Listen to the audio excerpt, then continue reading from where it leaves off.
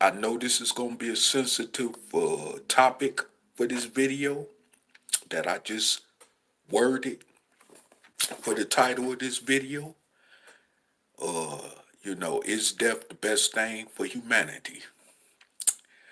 I'm going to say this here to you, audience out there in YouTube land and wherever you're watching this video from throughout rest of social media or Facebook, and as well as in the comment section, and for those of you that's going to be watching this video at another time or so whenever. But however,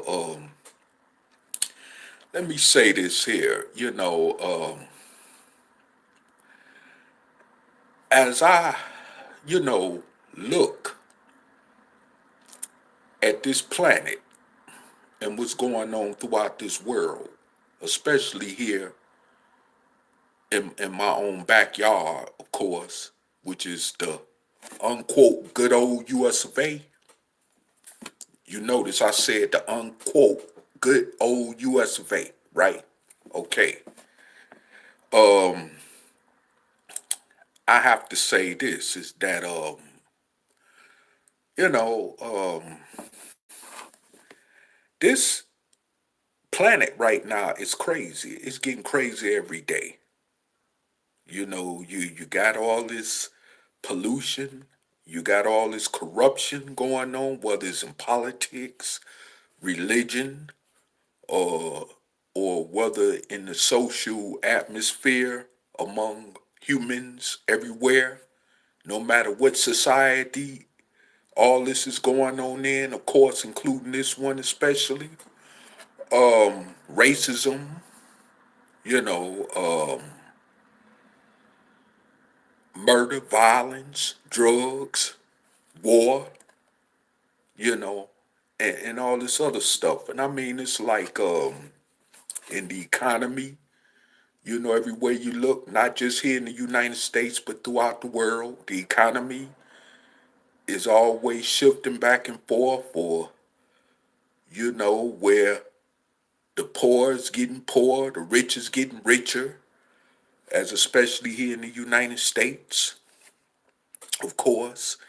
Uh, I mean, and I mean, when you really think about it, is in fact, death from all this is actually worth it.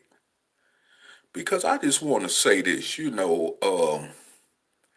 I know those of you that's in religion, of course, is going to, rebuttal me or say some silly stuff, oh, he sound crazy or this or that.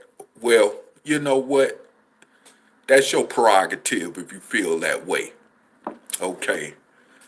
But I'm gonna say this here, you know, is that in the actuality of it, you know, I would like to speak on a young man, well, young boy, rather. He was 3 years old, young dark skinned little boy, dark skinned descendant of a slave born in America. And he had recently just got killed on the expressway back in my hometown of Detroit, Michigan, just a few days ago this past week. Um, just over a senseless situation, very senseless, because the young boy's grandmother was driving the car while he was in the back seat, and she was honking her horn for the driver in front of her to move. He didn't move, and then when he finally moved, he took his slow time moving. So she went around him. He got an attitude about it. And what happened? Just because she went around him, he literally followed her, started shooting in the car once he got beside the car, and shot the boy in the head. Now, mind you, this idiot, thank goodness he turned himself in, because he knew what the ramifications was going to be if they had to catch him the hard way. And I'm gonna tell you, far as I'm concerned, they should have shot him right on the spot. You know, Bunker, peaceful, resolution far as turning yourself in, you know, eye for eye, tooth for tooth. They should just went on and just executed him right on the spot. For real. You killed that little boy, all because his grandmother wanted to get around you so she could take her kid to go see Sesame Street live in downtown Detroit.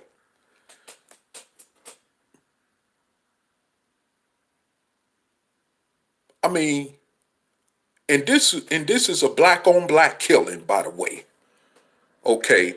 So all this crap about, especially those of you in the pro-black conscious community, always saying that only the title devil could attribute to white people or Caucasian people, rather to say, as I prefer to call them. Let me tell you something. That word could attribute to any race on the face of this planet. Okay. There's no race that's exempt from doing devilish, hideous type stuff. And that situation there, with a dark-skinned person killing another dark-skinned person, the way he did, in the manner that he did, was hideous. And, but the thing is, he's going to probably face, from my understanding, second-degree murder. And once he get to prison, I hope they give him the business. Far as that justice, I'm talking about that fatal ultimate justice. I hope they give him that justice. Once he step on that yard, he need to go on and get that justice brought to him. Simple as that. Because the courts probably ain't gonna give him enough time that's gonna be worth it, because you know how the system can feel about us killing each other is like the old narrative, one less nigga we got to worry about, but then this was a 3-year-old child, okay? This was not a nigga. He was a human being, and he was a 3-year-old child. Okay. And like I said before, I hope they bring the justice to him. I hope them brothers in there, when he get off that bus and go in the general population, I hope they bring the business to him. Simple as that. Because that wasn't called for. You killing a 3-year-old child over something senseless like that. And my thing is this, is that, man, I'm going to say this here. One thing about that 3-year-old little boy, black boy, he ain't got to worry about.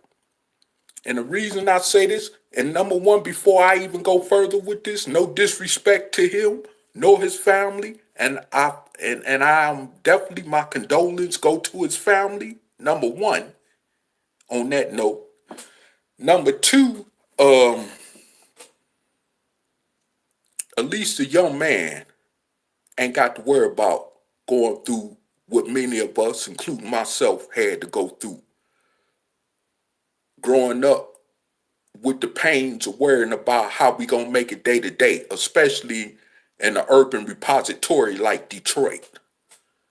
Just to begin with, okay? Just like in an urban repository like Chicago or St. Louis or Atlanta or New Orleans, or Jackson, Mississippi, or Baltimore, Maryland, or Newark, New Jersey, you know what I'm saying? Somewhere like that.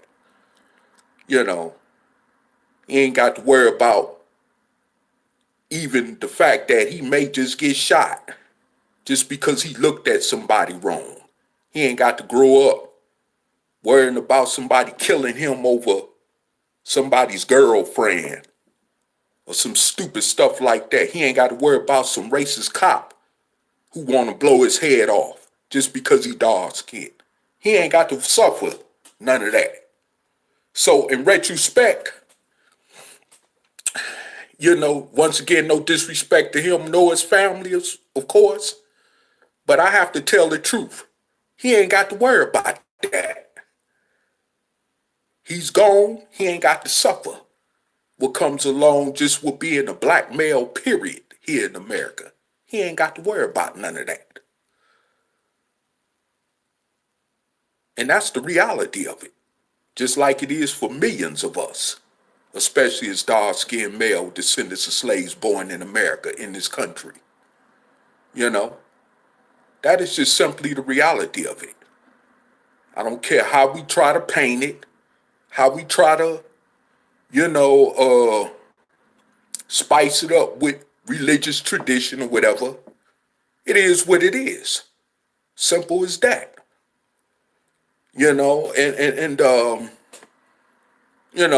It's like this here. As far as that's concerned, I could say that also, that even in the case of any other race of people, just like I was watching this video yesterday on YouTube, and it was a Caucasian over in the country of Germany. Now, Germany is considered the most wealthiest country in the whole entire European Union, from my understanding. And, but just like here in America, you got people depending on food pantries for survival and other unnecessary edibles, due to poverty and not having and this and that. Well, this guy is 65 years old, and he was a welder. He's a retired welder over there, living barely off a pension. That could barely just cover, I guess, his room and board over there, okay? Cause every day he has resorted to where he goes out in the streets in Hamburg, Germany, which is also one of the most expensive cities in Germany, to pick up bottles just to substitute his retirement pension income. And that's crazy. A 65-year-old man with a barely able to make it on a retirement pension, out there picking up bottles just to make it on ends meet. That don't make no sense at all. And you tell people that they need to be thankful that they can live to see that age, 65 or older, 70 or 80s or whatever. Let me say this. To be honest with you, I'm in my early 50s, but you know what? Hey, if I had to go right now or tomorrow, it really wouldn't matter to me. Because what would it be worth living a longevity life, even if till you 100 years old or whatever, and you still got to live through hell like that, not knowing where your next bread and butter gonna come from, where your next room and board gonna come from, if you gonna even have clothes on your back. This is the type of world we living in. You know, nations, including America, because America is not exempt, like I've always said in my videos, it's not exempt from us going in a depression or recession, rather to say, to where we may lose everything we have economically.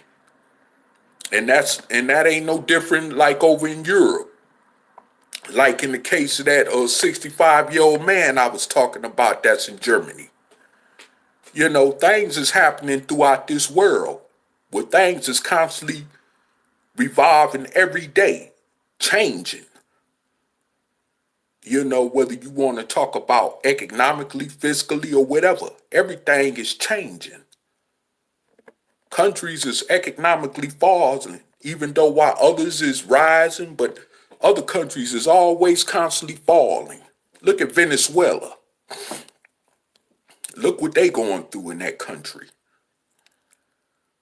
It costs what, 250 some American dollars just to buy a hamburger in Venezuela. I spoke about that in another video, matter of fact. You know, people got to go in a river or in the water, nasty water, polluted water, just to pick out, you know, stuff in the water that they could use to make them a little money. Pick up scrap and stuff, I guess, out of dirty, nasty water just to make money. Risk their health and all kind of stuff because of the conditions they living under in that country of Venezuela in South America.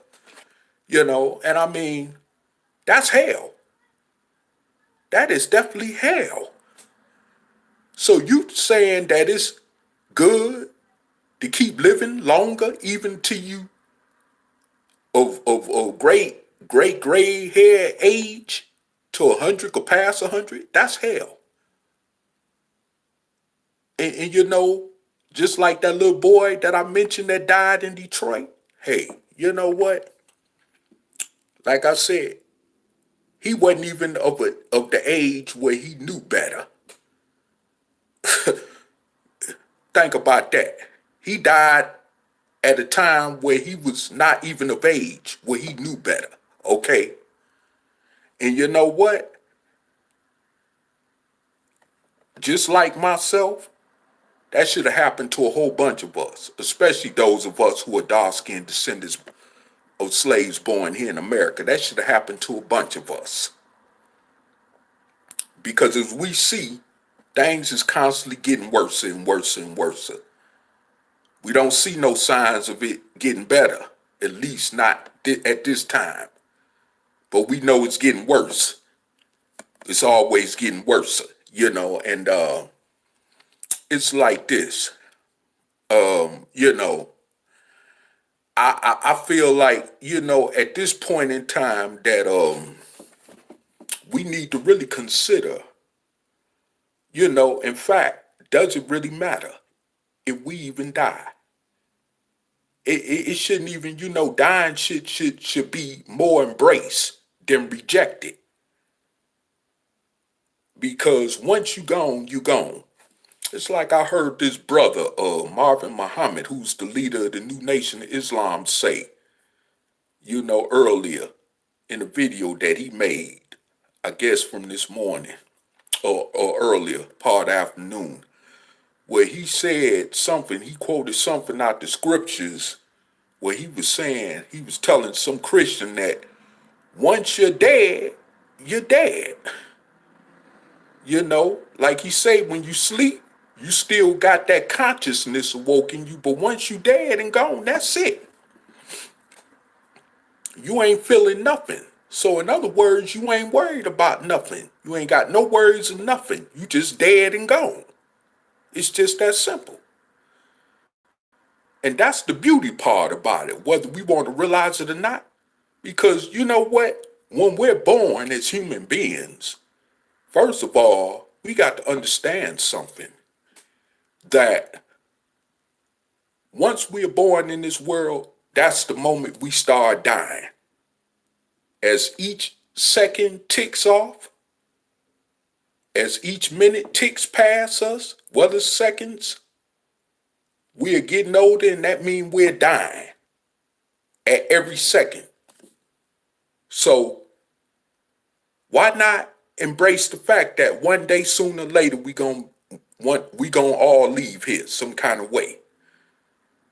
I mean, it is what it is. When it's time to go, it's time to go. It's just that simple, you know. And we need to be embracive of that, especially at least to know that once we're gone, we ain't got to suffer here, not as far as anywhere else. And let those of you in religion tell it. Hey, okay, that's your prerogative too. But I'll say this: I don't know about nowhere else. I just guess I have to wait and see what happened once I know I'm not breathing any longer. But I know one thing, I ain't got to deal with this crap here. Call hell on planet Earth, like that rap group Mobb Deep said in the song back in the 1990s. You know, at least I ain't got to deal with that here on this planet. You know, and that's just real.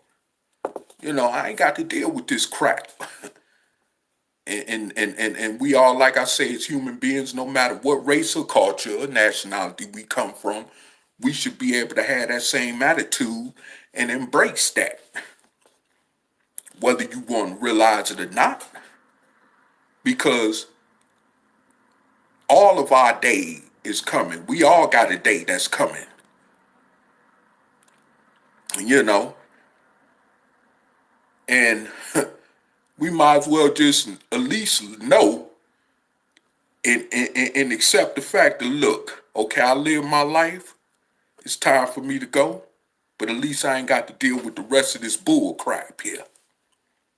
Because I mean, listen, first of all,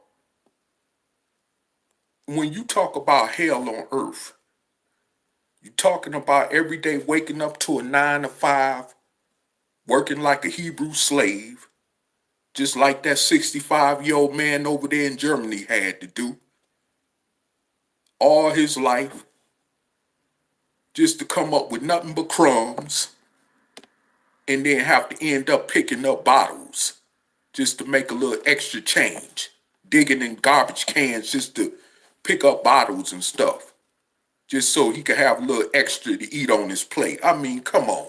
Just so he could have a cup of coffee. I mean, come on. For real? Is that what life is all about? You know, just like I want to critique something my brother Talik said, who I'm ad assistant to, administrative assistant to on this platform of Operation Exodus Mississippi, aka Reality Temple Ministries on Earth. You know, basically like he be saying, you know, I mean, what's worth working all them hours, especially if you working double shifts or working one or more multiple jobs? You ain't even got time to spend with your family, let alone yourself. You know, that's not living, and it's not. I mean, there's nothing wrong working, but it's only to a certain point that you work, and then at least have a chance to really enjoy life. And the way people working just to make a mere living, just to make mere ends meet, it's not living. That's slavery, basically. You know, and with all these corporations that's running and controlling stuff in this world, it's even making it more tighter, you know, for people to survive. So, I mean, like I said before, is it really best that humanity just go on and embrace death in whatever form or manner that they may have to come across death someday or sooner or later on in life? Because, I mean, at this point in time, we're, we're living in hell. And like I said, it ain't getting no easier, it's getting worse. You know, especially with the halves who don't give a damn about the so-called 1% who ain't got nothing. You know, so like I said before, you know, I mean, just like I'm thinking about, you know, just like this crazy stuff I saw on the video. You know, this brother was talking about how this other brother got out the penitentiary down in Florida, and had sex and impregnated his own 17-year-old daughter. Now, that child that was born to that 17-year-old, you know, it's got to grow up and realize one day that not only is she the granddaughter of a man that laid in bed with her mama to have her, but also that's her granddaddy?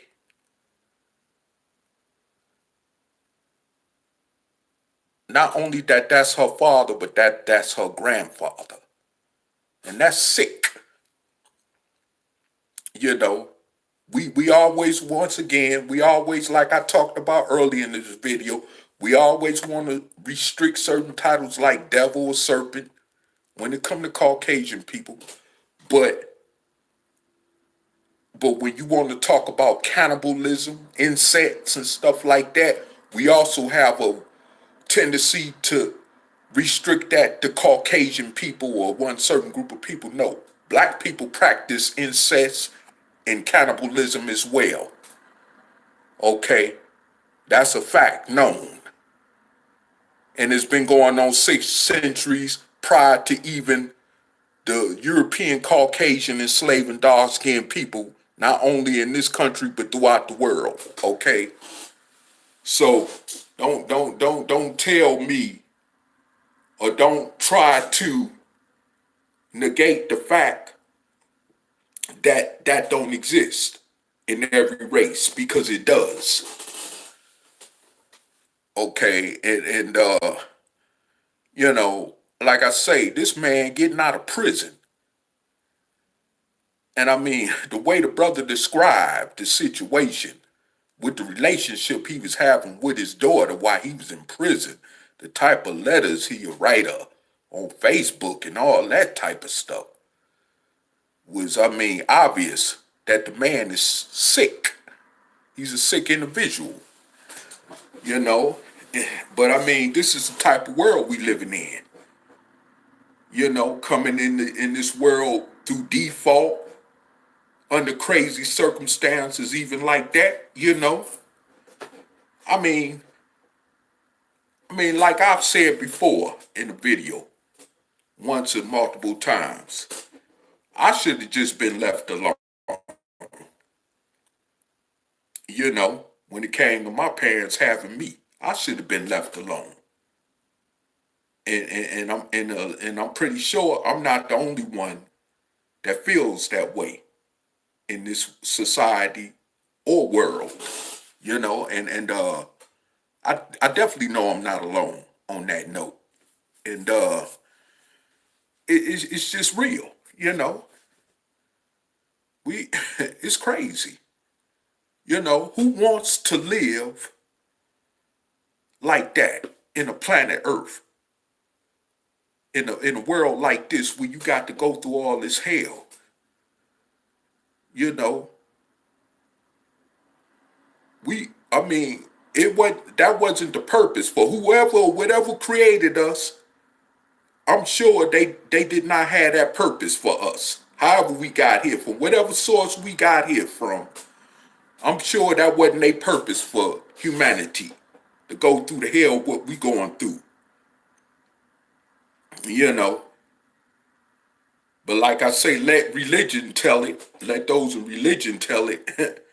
It's prophecy and all this other traditional crazy stuff. You know. But like I said before, at the end of the day, you know, we need to wake up and understand and realize that we have to be accountable and accept our actions as human beings, and accept also, like I said, one day that we all gonna leave here, and we gonna be done with this. No matter what happens from that point on, it don't really matter. And we should be able to embrace that. Because I mean, to be dead rather than deal with this crap, you want to talk about heaven? That's in itself heaven. Just when you want to look at the word or the definition of heaven itself, let's consider that heaven. How about that? And we ain't got to deal with this here, you know, because at the end of the day, you know, it's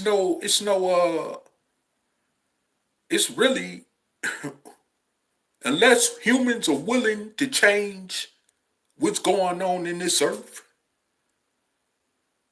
I mean, 1,000 times around, to where it'll be a worthy purpose to be here. And I and you know what? I'm gonna speak on something too. I wasn't gonna bring this up in this topic, but I'm gonna speak on something.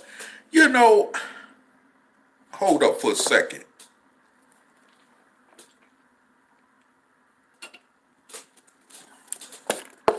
You know, I'm gonna say this here. You know, me being a dark skinned brother, descendant of a slave born here in America, even in my early 50s as a middle-aged man, and many other people that's born in the late 1960s or around the 1960s and 70s that's from my generation, you know. I'm gonna say this here. Um,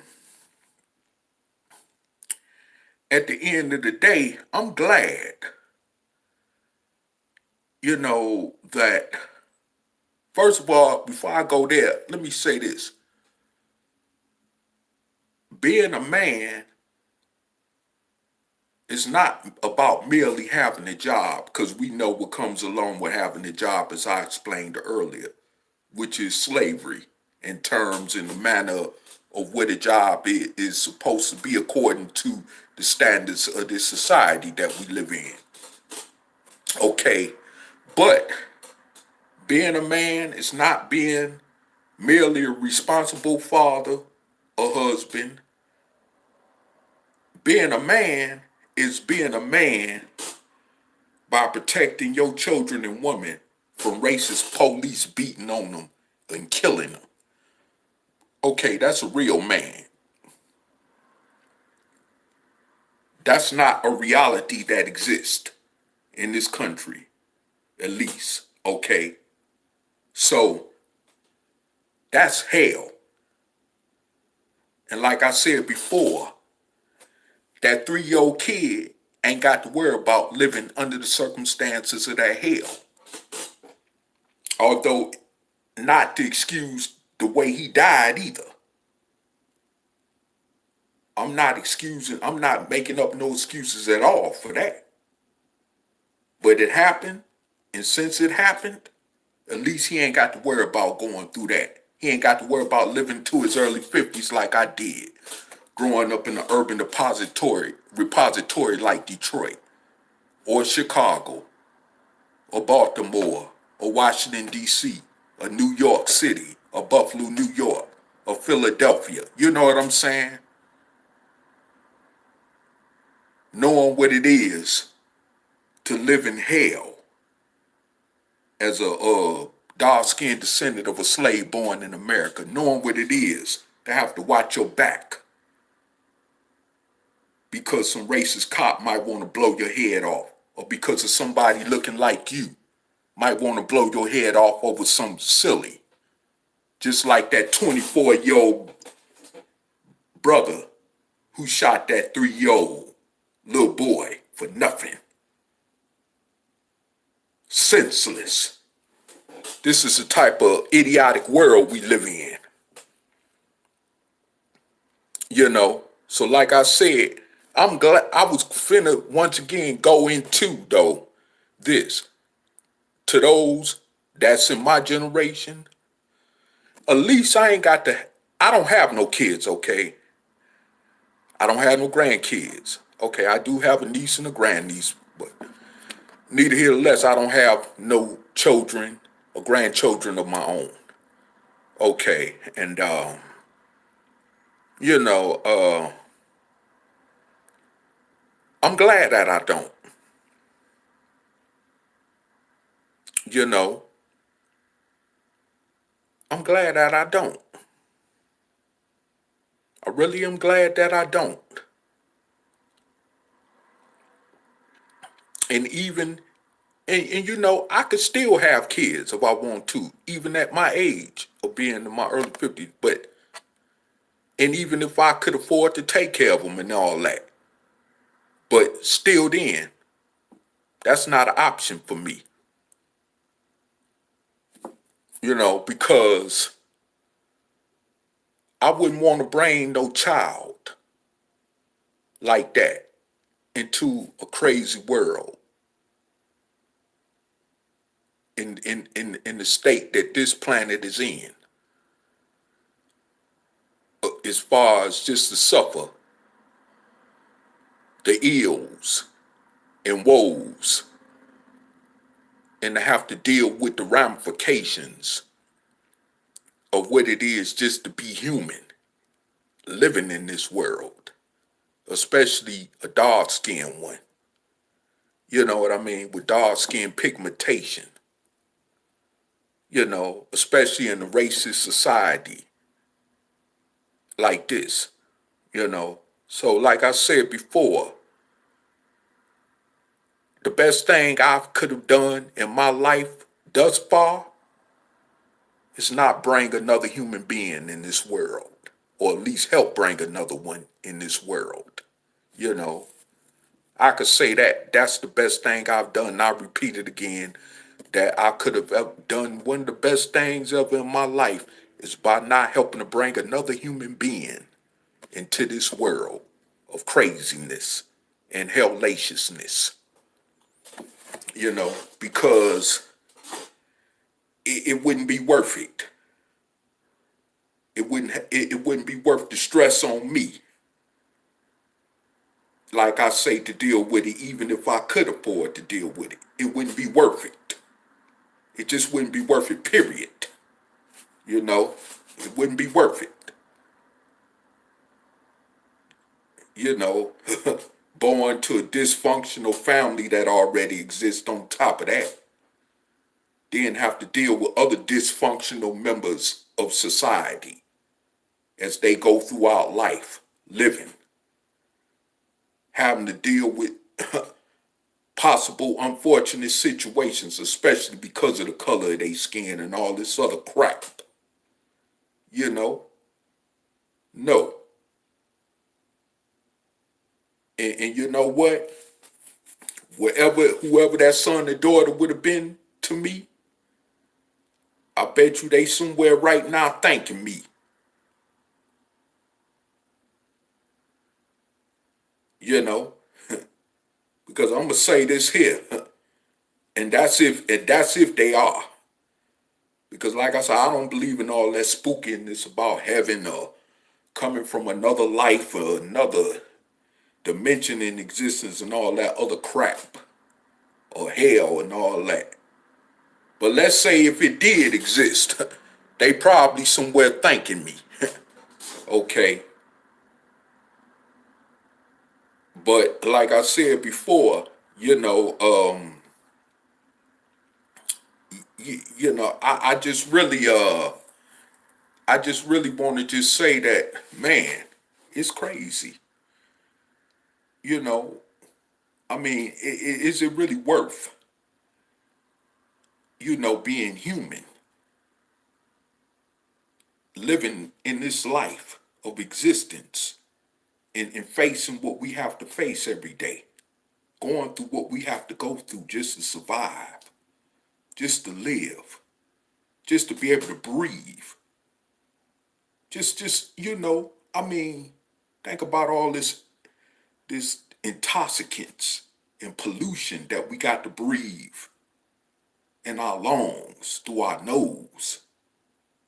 You know, all this intoxicants and chemicals coming just even from cigarette smoke, secondhand smoke, even for those of us that don't smoke, that got to be effective health wise, just to try to get through every day in this life. You know, I mean, we dying off anyway. So when you think about it, I mean, man, you know, is it really worth living? Is it really worth being here? Is it really, I mean, you know, So this is why I say those of us that have, all of us that have a day coming, in whichever way it may come, just embrace it. Just prepare yourself to embrace it. We all got to just prepare ourselves to embrace it. And that includes me. We got to embrace it. Simple as that. We have to embrace it, or, it ain't no use in running away from it. Just like, even for those of you that are Muslim, who go by a scriptural book called the Holy Quran, where it says, fear not death. That's basically the same thing, what it's saying. You know, you know, what's the need to be scared to death for? That's part of human nature. That's gonna happen. These other species, whether birds, you know, squirrels, and other animals, and different other species like spiders, ants, they don't fear death. And believe me, they live in much more worse conditions. I mean, they live in conditions like, they could go at any time. Some of them live in certain conditions where they could die just quicker than the drop of a drop of a dime, just because of the type of existence they live in as a species. But they don't worry about death. Some of them don't even live longer than days or months in this planet, or years. Some of them don't even live a year, more than a year. And that's according to science, nature, facts. Some of them don't even live more than a year in this existence of life. But they do what they do to live the best way they can until they go. And that's that. And that applies to humans too. We ain't no different. Ain't nothing special about us. Like we supposed to be some type of divine people with some spirit and all this other crap. Even the Bible teaches you once you gone, you gone. you know. So like I said before, at the end of the day, I mean, hey, we're living in a situation right now where I mean, it doesn't really matter if you die or not. That's the question. Does it really matter? And before I close out, I'm gonna say this too. You know, who really cares? If one dies and don't have a funeral. See, funerals is a man-made tradition. For those of you especially that believe that came from some mystical god somewhere up in the sky or wherever, this god may have came from or whatever. Man came up with that. That started with man-made cultural tradition. That's what started funerals, was man-made cultural traditions. And it's been going on for thousands upon thousands of years. Okay. And this is a tradition. Okay. This is a tradition that really, in today's world, is a money maker. Because you got people getting made off of people's death. Okay. Suffering and death. Just like with these funeral homes, like back home where I'm from in Detroit. That's not properly making it to where people get buried. Leaving their bodies up in ceilings and all this kind of stuff. Dead corpse being found in ceilings. Like with this one funeral home back where I'm from, called Perry Funeral Home. No, Cantrell Funeral Home in Detroit, with little infant fetuses was found up in ceilings and stuff being hidden after they promised people's the dead, deceased loved ones, that they would give them a proper burial, even though they couldn't pay them enough money to do it. So they just left they dead, body parts up in the damn ceiling. Yeah, they need to be prosecuted for that. They really do. And hopefully they get prosecuted for that, from what I heard, which was talk going around about that. But I hope they do. They need to be held accountable for that. That's crazy. you know. But like I say, but the thing about it is, this is one reason why it don't matter how a person die. Because I guarantee you, before man-made funerals was invented through cultural tradition and eventually religious tradition as well, that got mixed in that. When humans died, I guarantee you, they just simply returned back to the essence, as they say in religion. They returned back to the ground where they supposedly came from. They just died, simple as that. They was gone. They lived their lives and died off and moved on.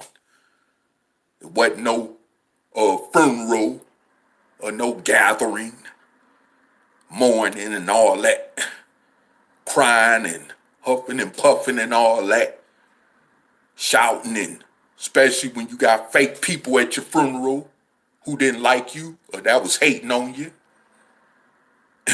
and all that crap, talking about, oh, they sorry for you. I don't need that when I die anyway. And if they do got to lay my body in the mortuary, wherever they call that place where they just put a tag on your toe until somebody come claim your body, so be it. That don't matter to me. Long as I know I lived a life with dignity, with some kind of dignity, until the moment I stop breathing, that's all that's gonna matter to me. Because once I'm gone, the rest of that crap, bars, how I'ma be buried, how I'ma go in the ground, if that happened, if I'll be cremated, all that don't matter. Because what's gonna matter the most is that I'm going away from this hell on earth. Once again, as I critique my brother's Mobb Deep saying back in the 90s, you know. As by the way, Protege, who died, I think, a couple of years ago, that one member of that group, may he rest in peace also. But yeah, like I said before, yeah, his name was Protege. Yeah, may that brother rest in peace. Yeah, yeah, it is what it is. We ain't got time for this crap. This is reality. And for those of you, of course, that still want to live in fantasy land, a fairy tale land, you simply don't want to accept this reality for what it is. But it's just simply the reality. That just ain't gonna change unless, like I say, unless mankind does something to change it in terms of the way we live on Earth. But other than that, as far as the situation and what comes along with it naturally in terms of death, these facts cannot be negated. No matter how you try to spice it up or paint it or whatever, it is what it is. So with that said, I'm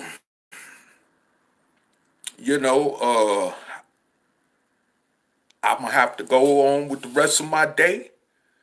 But I just want to just lay that down, and make this point in this video just to remind us that, hey, it may be worth us dying off. I mean, the way this situation with this planet is in terms of the conditions that humanity is under as a whole. And with that